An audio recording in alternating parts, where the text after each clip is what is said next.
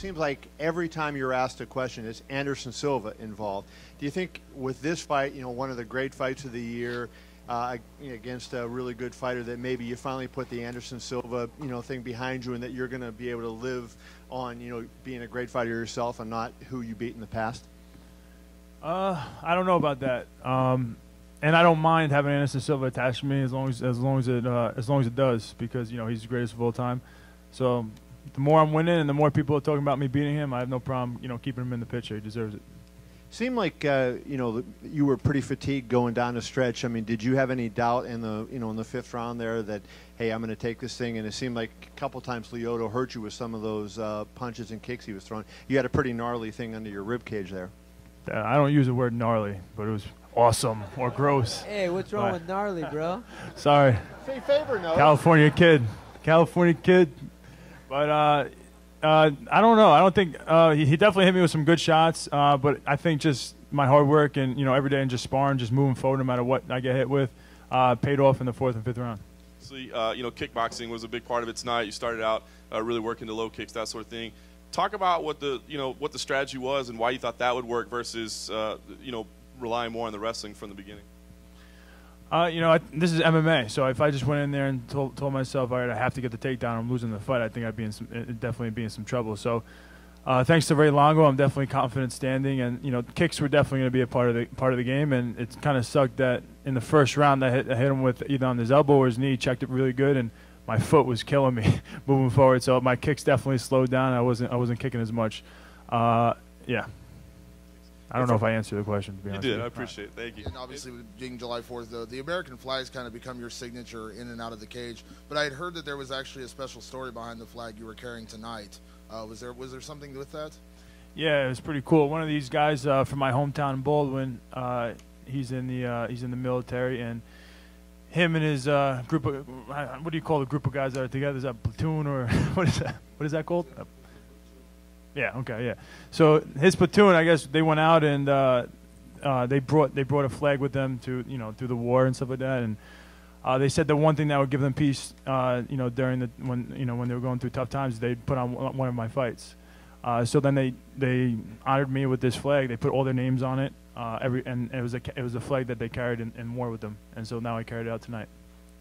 Can you take us through your thinking going into the fourth round? It looked like you had won the first 3 rounds. Did you at all think of making yourself a little bit more protective, or no, not at all? Yeah, I know. Longo just kept telling me, all right, there's another one in the book, there's another one in the book, there's another one in the book. So you got 3 in the book, and I'm just like, I don't believe you.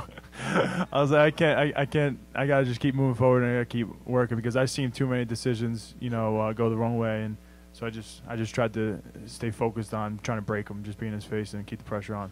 Do you think it was a mistake? The judgment? The fourth round, the way you fought. I don't know. I got to rewatch it on tape. This is for Rhonda and Chris. Do either one of y'all think y'all be back in the octagon before the end of 2014? Probably.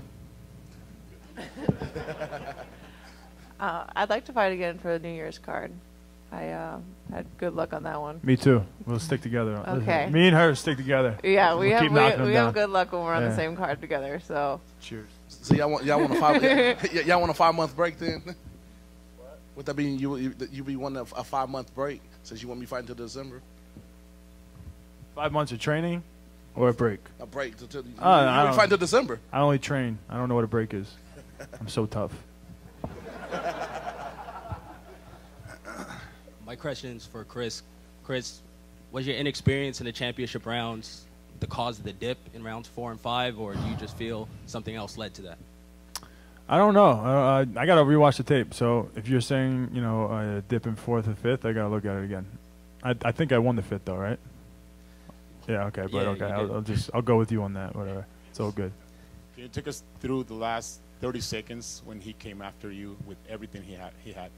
I gotta rewatch it. So the last 30 seconds of the 5th round, he came after me like an animal. I gotta rewatch that. I can't tell you. I have a bad memory as it is, so I can't tell you what happens in sparring sessions. I can't tell you what happens anywhere. I just go through life. I'm happy-go-lucky.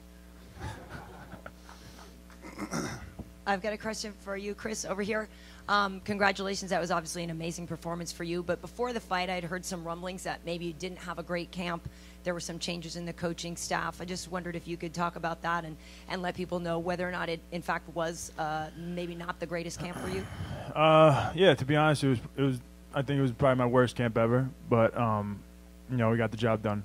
I had for 2 weeks I haven't been able to hit pads. Even in the locker room, I didn't hit pads with longer. My hand got messed up 2 weeks ago.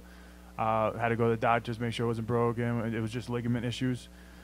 And then my knees, you know, I kind of might have started a little fast into camp, and my knees were not where they should have been. But I pushed through, and I refused to make excuses on why I shouldn't, you know, win this fight. So, but if I had to be honest with myself, it was probably my worst camp as far as just everything was going wrong. I had a lot of issues.